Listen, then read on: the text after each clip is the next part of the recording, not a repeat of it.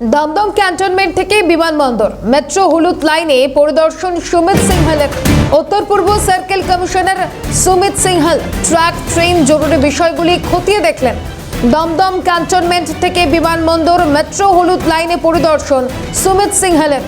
উত্তর পূর্ব circle commissioner Sumit Singhal track train জরুরি বিষয়গুলি খতিয়ে দেখলেন।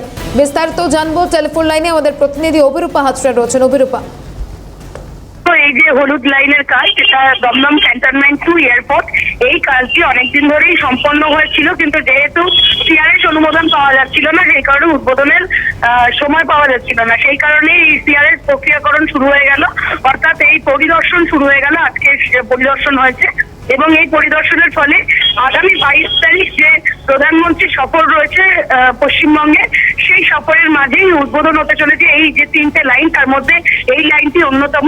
দমদম ক্যান্টনমেন্ট থেকে এয়ারপোর্ট পর্যন্ত এই লাইনের উদ্বোধন হতে চলেছে। তার জন্যই যে আগের প্রস্তুতি প্রক্রিয়াকরণ সেগুলো শুরু হয়ে গেল, আজকের থেকে শুরু হয়েছে।